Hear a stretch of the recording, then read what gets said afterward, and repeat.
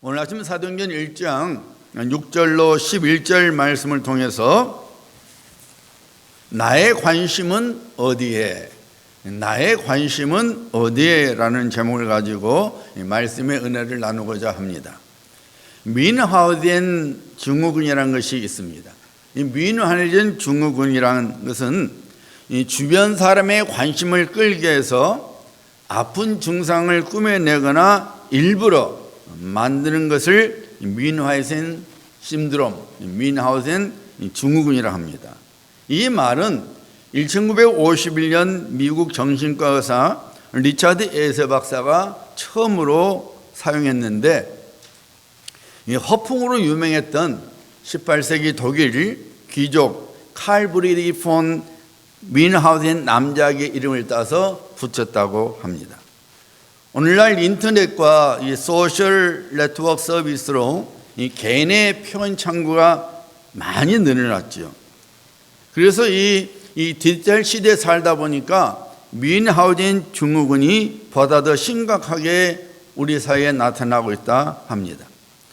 어떤 심리 분석 연구소장은 이 민하우젠 신드롬에 대하여 이렇게 말했어요. 민하우젠 증후군은 인정을 충분히 받지 못한 때에 나타나는 자기애적 성격 장애며, 과거에는 목표가 주위 몇 사람에게 불과했는데 인터넷 때문에 효과가 증폭되었다. 디지털이 만든 정신 증상 중에 하나이다. 1990년에 영화 미더리, 이 불행이라는 이 영화가 이 민하우젠 증후군을 다루었어요. 이 영화의 내용적으로 보면은 이 전직 간호사 애니가 다리를 다친 유명 작가 폴을 돌봅니다. 그래서 많은 사람들이 그게 큰 관심을 가졌습니다. 그런데 이 애니가 폴 작가의 다리가 회복이 되면은 망치로 그 다리를 다시 부러뜨렸어요. 그리고 또 치료해 주는 겁니다. 그리고 그것을 계속해서 사람들에게 보여주는 거예요. 그 유명 작가 폴을 돌봐준다는 이 가짜 사랑의 손길을 통해서 많은 사람들이 이 사람에게 이제 관심을 보여주는 것이죠. 관심을 끌고자 멀쩡한 사람을 자꾸 아프게 만드는 것이죠. 실제로 이와 같은 사건이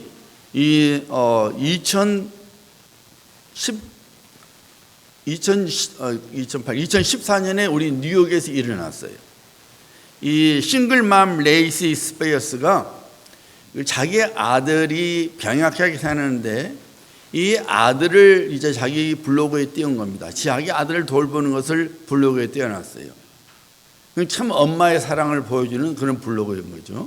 그러니까 많은 사람들이 거기에 큰 관심을 가졌습니다. 심지어 팬이 생기기까지 했어요. 그런데 이 아이를 보여주는 그 블로그 제목이 가넷의 여행이었어요. 아들 이름이 가넷인데 이 가넷의 여행이라. 그래서 이 날마다 상태가 좋아지고 엄마의 돌봄 중에서 또 이런 것을 보여주면서 이제 사람들의 관심을 끄는 것이죠. 그런데 이 가넷이 6살 되는 해에 갑자기 이 극심한 복통으로 인해서 병원에 실려가게 됐고, 병원에 입원한 지 나흘 만에 죽고 말았어요. 이 가넷이 죽으니까 네티즌들이 이제 이 스페이스에게 많은 응원의 댓글을 보내줬습니다. 그런데 며칠 후에 놀라운 사실이 발견되는데 이 스피어스가 살인죄로 유죄 판결을 받은 거예요. 이 사건 진상이 이랬어요. 단순히 이 가넷이 이 장의 문제로 죽은 줄 알았는데 주치의가 이 폴을 가만히 피검사를 해봤는데 생각밖에 이 치사량을 초과하는 나트륨을 발견한 겁니다.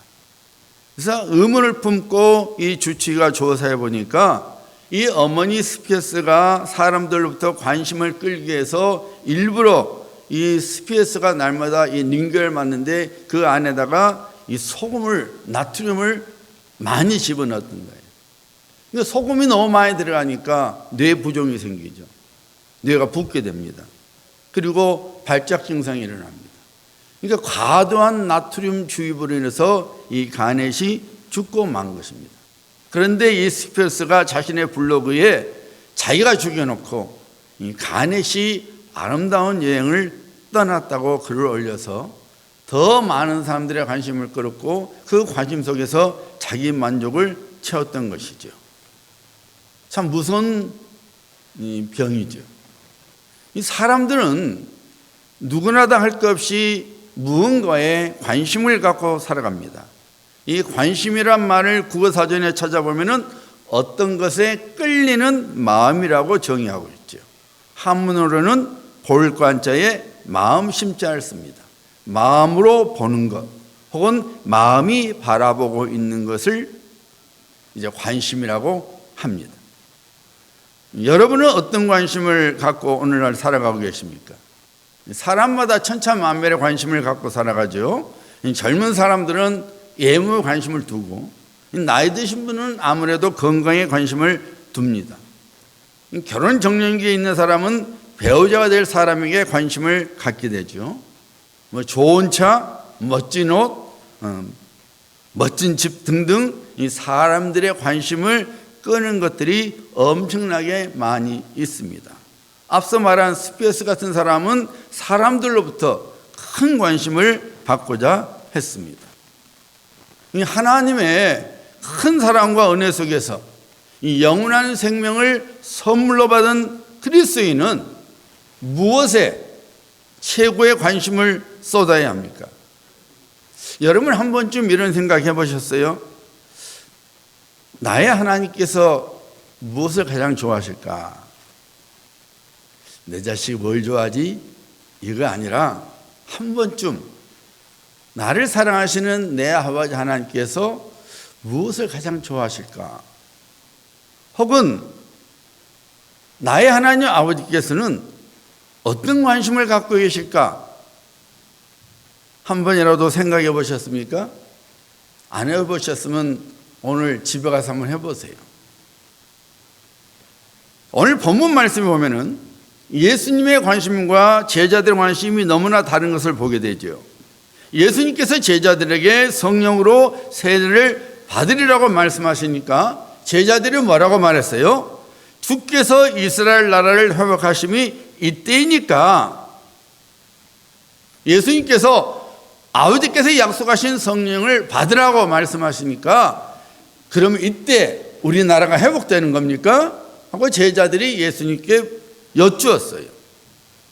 제자들의 관심은 로마 제국 식민 통제로부터 자기 나라가 정치적으로 해방을 언제 얻느냐에 있었던 것이죠. 그들은 성령 부으심에 따라갔다가 조국 해방의 시기로 받아들였던 거예요. 우리 성경에는 단순히 예수께 여쭈어 이르되 이렇게 번역되어 있으니까 그 분위기를 전혀 알 수 없지만 원문에서는 제자들이 번갈아 하면서 예수님께 여쭈는 있는 거예요. 계속해서 물었던 거예요. 한 제자만이 물어본 게 아니라 이 11제자가 전부 다 예수님, 그러면 성령이 우리에게 임하면 그때 우리가 해방되는 겁니까? 해방되는 겁니까? 이 지긋지긋한 식민지 삶에서 끝나는 겁니까? 계속 거듭해서 물었다는 것을 알 수가 있어요. 한 제자의 관심이 아니라 모든 제자들의 관심이 나라 해방, 민족 해방, 그리고 물질적인 구원의 등에만 관심이 있었던 겁니다. 하지만 예수님께서는 전혀 다른 관심을 갖고 계셨어요. 예수님의 관심은 제자들의 증인된 삶에 관심이 있었습니다. 그래서 말씀하셨죠. 오직 성령이 너희에게 임하시면 너희가 권능을 받고 예루살렘과 온 유대와 사마리아와 땅끝까지 이르러 내 증인이 되리라 하시니라. 예수님의 관심은 제자들이 주님의 증인이 되는 삶에 관심을 두고 있었어요. 하지만 제자들은 전혀 다르게 세상 것에 관심을 두고 있었던 것이죠. 여러분, 하나님께서는 우리의 한 사람 한 사람에 대하여 깊은 관심을 갖고 계십니다. 나 몰라라 하시는 하나님이 아니십니다. 여러분 한번 생각해 보세요. 하나뿐이 없는 아들 독생자 예수 그리스도의 피로 우리를 구원해 주셨는데 이런 우리에 대하여 어떻게 관심이 없을 수 있겠어요? 우리에게 지대한 관심을 갖고 계시는데 그 중에 하나가 우리가 하나님의 자녀로서 그리고 우리가 하나님의 일꾼으로서 부르심을 입은 소명에 관심이 있습니다. 그리고 이 소명을 이루도록 하나님께서 우리에게 성령을 부어주시기를 기뻐하십니다. 비록 우리들이 이 땅 위에 살고 있지만 하늘의 것에 관심을 두고 살아가기를 하나님은 원하십니다. 비록 우리들이 육신의 한계 속에서 살아가고 있지만 썩어질 세상의 것이 아니라 영원한 것에 관심을 두고 살아가기를 원하십니다. 왜냐하면 바로 그것이 우리를 그의 자녀로 삼아주신 목적이기 때문입니다. 뿐만 아니라 그런 삶이 장차 하나님 앞 심판대에 섰을 때에 하나님의 상급을 받는 근거가 되기 때문입니다. 제 고등학교 친구, 아주 친했던 친구가 한국 분당에서 ENT 닥터, 이비인후과 닥터로 개원을 하고 있는데 한번 제가 오래간만에 그 친구를 만났는데 그 친구가 저한테 하는 말이 깜짝 놀라더라고요. 네가 목사가 됐냐 그러더라고요. 제가 목사일 때 꿈에도 생각을 못했던 거죠. 뭐 나는 어떤 좀 높은 자리에 있는 줄 알았나 봐요. 의사 됐다 그러니까 깜짝 놀래요. 자기 이야기를 해요. 자기가 해마다 동료 의사들과 함께 그 중앙아시아 키르기스탄산에 의료 선교를 간다는 거예요. 그러면서 자기 선배 이야기를 제게 해 주었어요. 자기 선배 의사가 대단히 실력이 뛰어나고 큰 개인병원을 운영하고 있었다는 겁니다. 그리고 늘 자신이 최고 실력자라는 이 자부감 속에서 살고 있었대요. 실제로 실력이 좋으니까 병원이 잘 돼서 엄청난 돈을 벌었답니다. 근데 그분이 하루는 꿈을 꾸었대요. 꿈속에 자기가 기다란 줄에 서 있더랍니다. 그래서 이 줄이 뭐지? 이건 뭐지? 하고 궁금해 하는데 주변에 보니까 자기가 평소에 많은 사람들이 줄 대열 속에 있더랍니다. 근데 평소에 자기보다 실력이 없고 좀 뭔가 좀 부족하다고 생각했던 사람들이 같은 대열에 쭉 있더라는 거예요. 근데 깜짝 놀란 것은 자기는 빈손인데 그 사람들은 뭘 들고 있더랍니다. 그래서 그 사람이 충격을 먹었대요.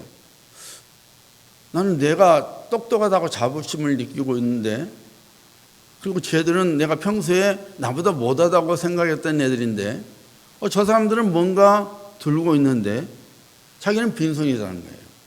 이게 뭐지? 하고 이게 뭐지? 하고 봤더니 이 줄이 천국 문으로 들어가는 줄이었다는 거예요. 그러니까 이제 심각해진 거예요. 야, 저 사람들은 예수님을 만나기 위하여 뭔가 들고 있는데 나는 빈손이구나. 이거 큰일 났네. 어쩌지? 너무너무 놀라서 그 충격에 잠에서 깼대요. 깨고 나서 안도의 한숨을 훅 하고 쉬었답니다. 그리고 성령의 감동 속에서 그 꿈이 무엇을 의미하는지 깨달음이 왔습니다. 아, 내가 지금까지 자부심을 갖고 열심히 살아왔는데 그 모든 것이 나를 위해 살아왔지 주님을 위해 살아온 것은 하나도 없었구나.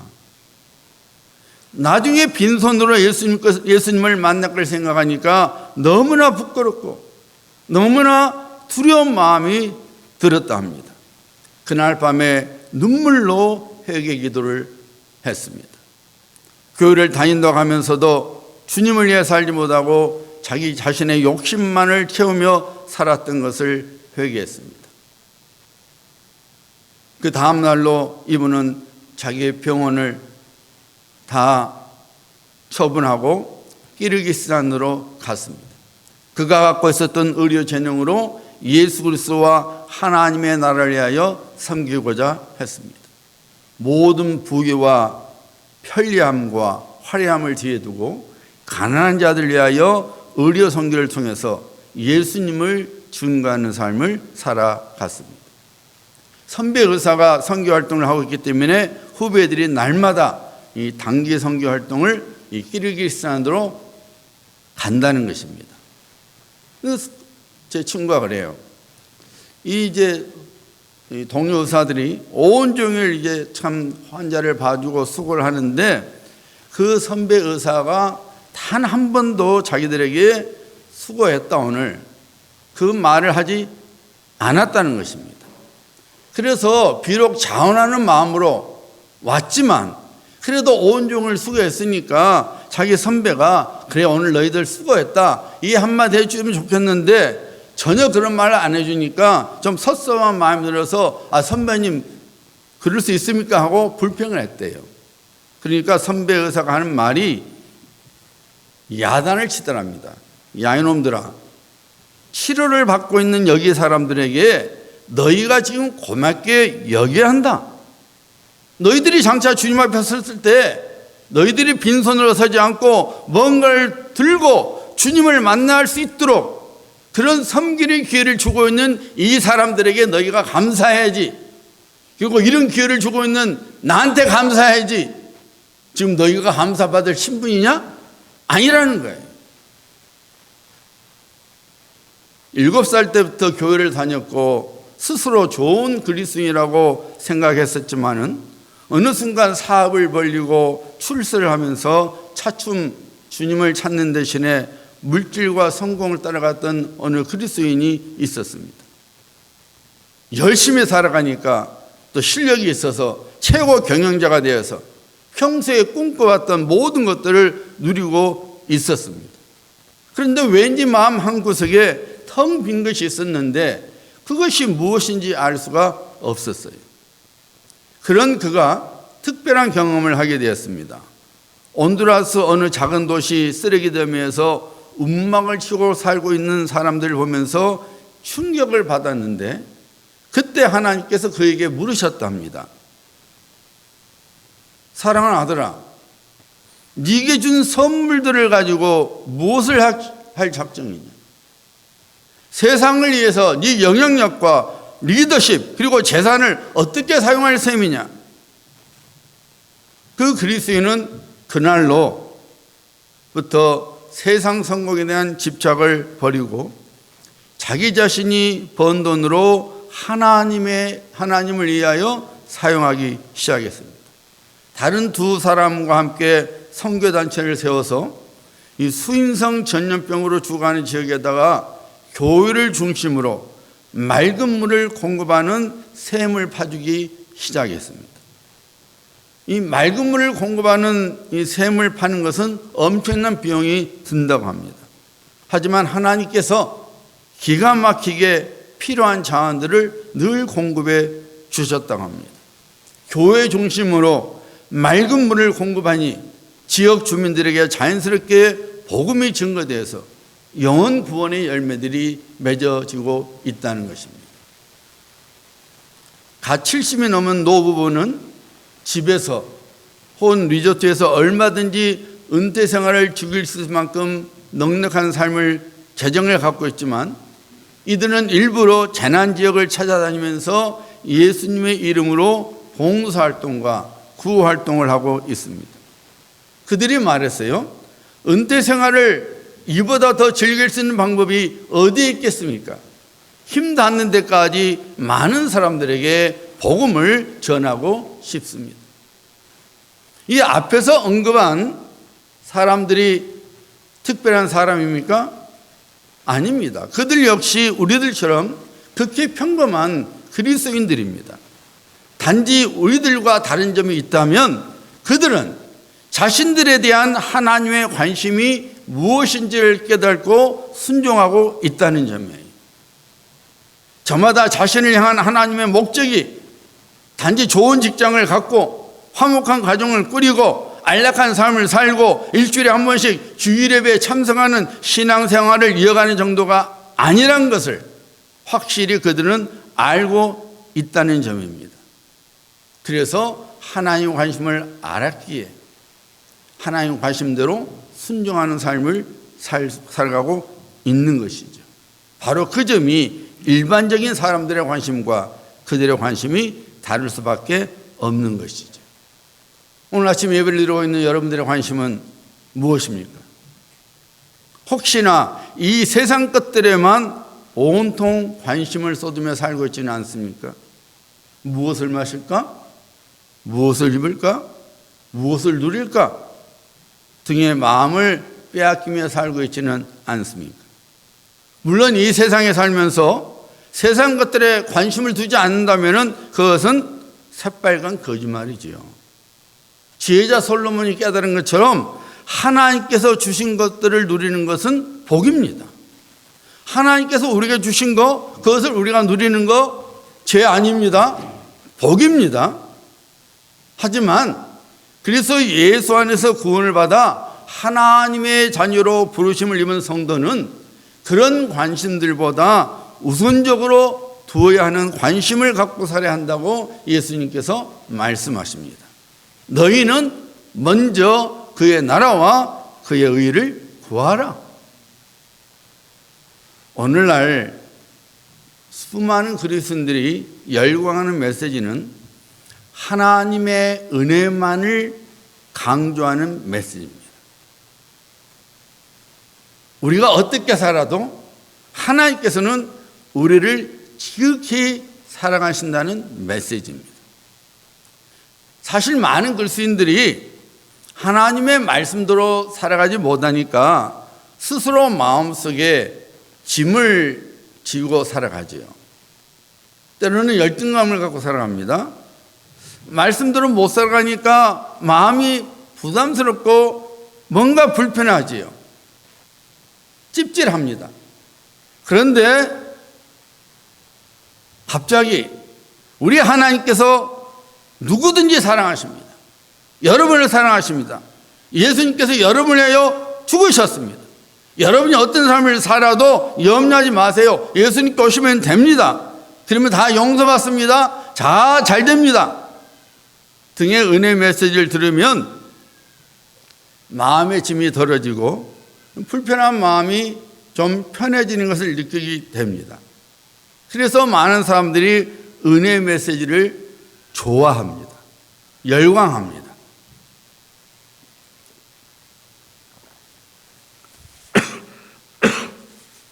그럼 여러분, 이런 은혜 메시지가 비성경적입니까? 아니에요.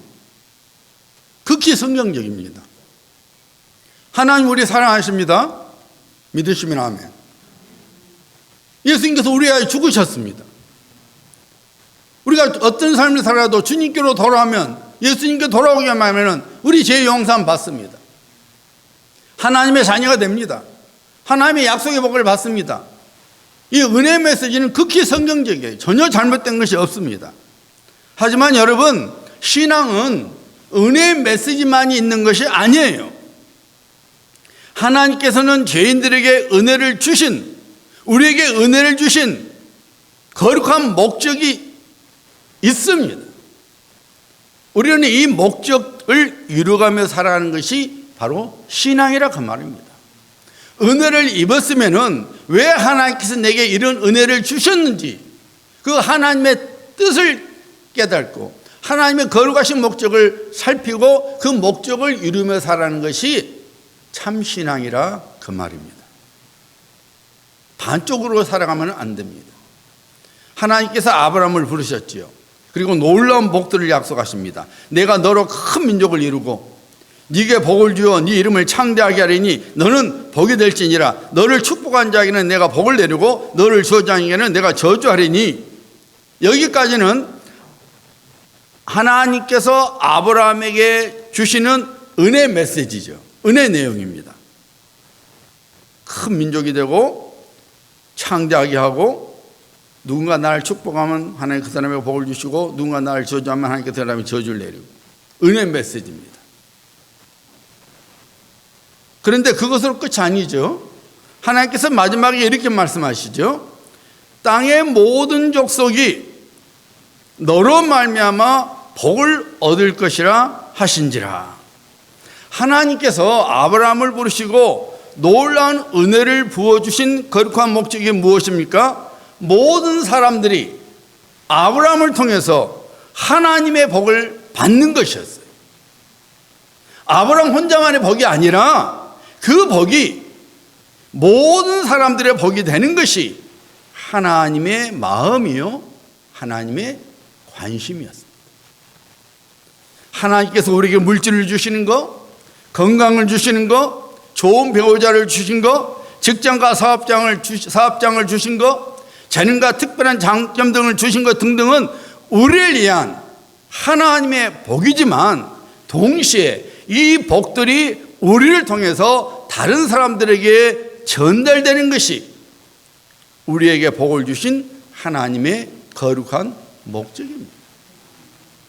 그래서 예수님께서 무엇을 마실까, 무엇을 입을까, 그리고 무엇을 먹을까 염려하지 말고 하나님의 나라와 그의 의의를 먼저 구하는 삶을 살아라고 말씀하신 것입니다. 하나님의 은혜를 나만의 것으로 삼지 말고 그 은혜를 나누어주는 통로가 되는 삶을 성도는 살아가야 합니다. 그래야만 장차 하나님 앞에 서는 날 우리는 칭찬과 상급을 받게 될 뿐만 아니라 영원한 생명의 기업을 우리 예수님과 함께 누리게 되는 것입니다. 하나님의 은혜를 나만의 것으로 삼고 살아가게 되면은 어리석은 부자처럼 영원한 고통이 삶의 결론이 되고 마는 것을 여러분 절대로 잊지 말아야 합니다. 내게 주신 은혜는 다른 사람에게 은혜가 되도록 사용하라는 것입니다. 통로가 되라는 것입니다. 사도 바울은 성령의 감동 속에서 성령을 우리에게 부어주신 하나님의 뜻을 선포하죠. 고린도전서 12장 7절입니다. 각 사람에게 성령의 나타남을 주심은 유익하게 하려 하심이라. 각 사람에게 성령의 나타남을 주심은, 성령의 은사들을 주심은 유익하게 하려 하심이라 하고 사도 바울이 성령의 감동 속에서 선포합니다.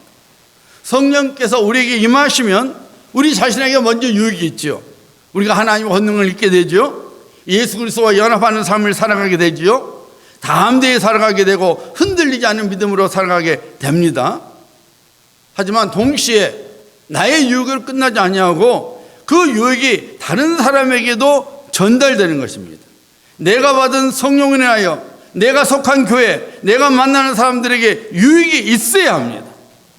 내가 받은 은사를 통해서 누군가를 위하여 봉사하며 또한 예수님께서 드러나야 합니다. 내 삶을 통해서 화평이 이루어져야 됩니다. 내 삶을 통해서 사랑의 불쏘시개가 되어야 합니다. 기쁨과 감사가 누군가에게 옮겨져야 합니다. 위로와 격려가 누군가에게 옮겨져야 합니다. 그것이 성령 충만한 사람이에요. 정말 성령의 사람이라면 나로 인하여 누군가가 격려를 받고 위로를 받고 힘을 얻고, 내가 저분과 이야기하면은, 내가 저분과 시간을 보내면 참 저분이 있는 기쁨이 나한테 전달돼. 이것이 바로 하나님께서 우리에게 성령을 주신 거룩하신 목적이에요. 우리 기독교의 황금률이 무엇인지 아십니까?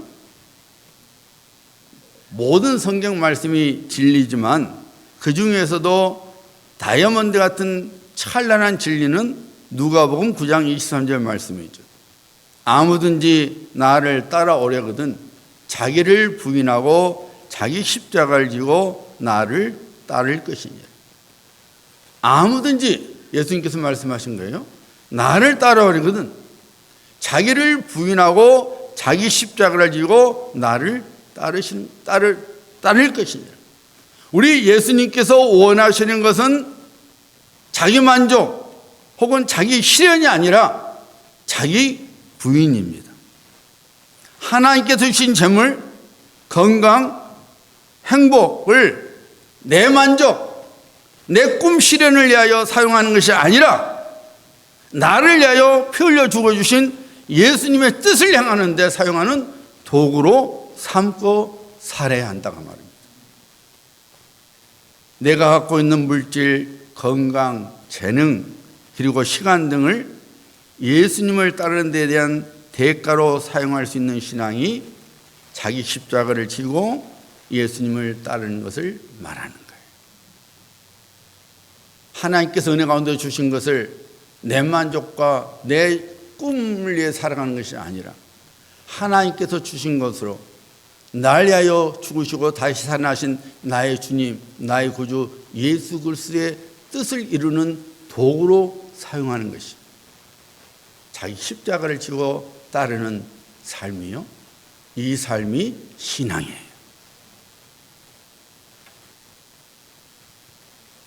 여러분, 어떤 사람들처럼 예수 그리스도의 피를 자기 행복의 수단으로 삼는 그런 어리석은 인생을 살아가면 안 됩니다.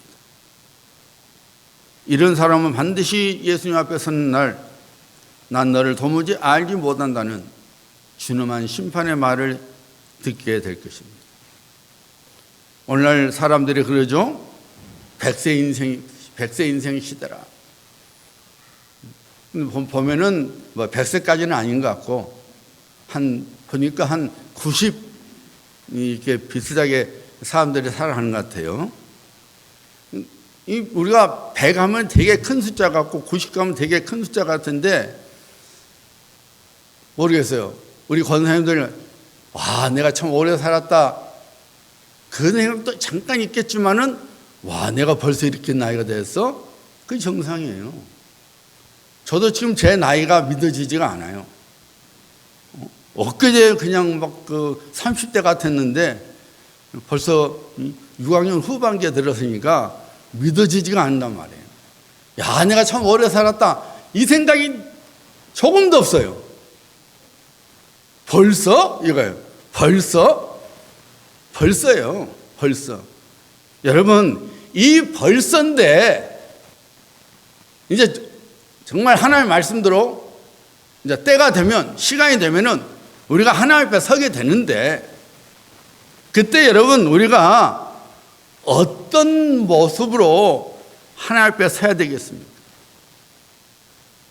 아니 벌써인데 이 벌써의 짧은 기간 동안에 그냥 나만 위하여 죽기 살기로 그냥 살아가고 내 욕심을 채우고 내 만족을 채우고 어떻게 하면 더 누려볼까 그렇게 살다가 주님 앞에 서야 될지 아니면 우리가 주님 앞에 서는 날 그 하나님 보좌에 있는 많은 천군 천사들이 또 앞서간 사람들이 정말 하나님을 찬양하고 하나님을 높여드리는데 그때 우리가 어떤 마음을 가져야 될 어떤 마음이 아쉬울 것 같아요 여러분. 더 이랬어야 되는데 더 벌었어야 되는데 더 누렸어야 되는데 이거였겠습니까? 아닐 것입니다. 내가 주님 뜻대로 더 열심히 살아야 했는데 아마 그 후회를 할 겁니다. 그리고 그 마음으로 우리가 아직 귀했을 때에 우리가 아직 호흡을 하고 있을 때 우리는 그렇게 살아가야 할 줄 믿습니다. 지금 여러분의 관심은 무엇입니까? 제자들처럼 이 세상 것들에만 다 관심을 두고 계시며 살아계십니까? 아니면 예수님처럼 하나님의 뜻을 이루어가는 데에 두고 계십니까? 예수님께서는 우리 모두에게 성령으로 세례를 받으라고 말씀하십니다. 성령의 충만함을 입으라고 말씀하십니다. 그래서 성령께서 주신 능력으로 그리스도 예수의 핏값으로 우리를 구원해 주신 하나님의 선한 목적을 삶 속에서 이루며 살아가라고 하십니다. 우리는 여기에 관심을 두어야 합니다. 물론 우리가 이 선배 의사처럼 혹은 어떤 CEO처럼 어떤 노부부처럼 대단한 일을 할 수는 없을 것입니다. 하지만 여러분 오늘 밤에라도 주무시기 전에 하나님께 기도하시길 바랍니다. 하나님, 제가 무엇을 하기를 원하십니까? 제게 갖고 있는 하나님의 관심을 제게 말씀해 주시옵소서. 그리고 순종하게 하옵소서. 그 일이 크고 작은 일이든 간에, 대단한 일이든 사소한 일이든 간에, 그러나 하나님께서 내게 갖고 있는 그 관심을 내가 순종한다면 우리는 주님 앞에 서는 날 큰 칭찬을 받게 될 것입니다. 뭔가 주님께 드릴 수 있는 무언가가 우리 손에 들려져 있을 것입니다. 이런 성도들 되시기를 예수님의 이름으로 축복합니다.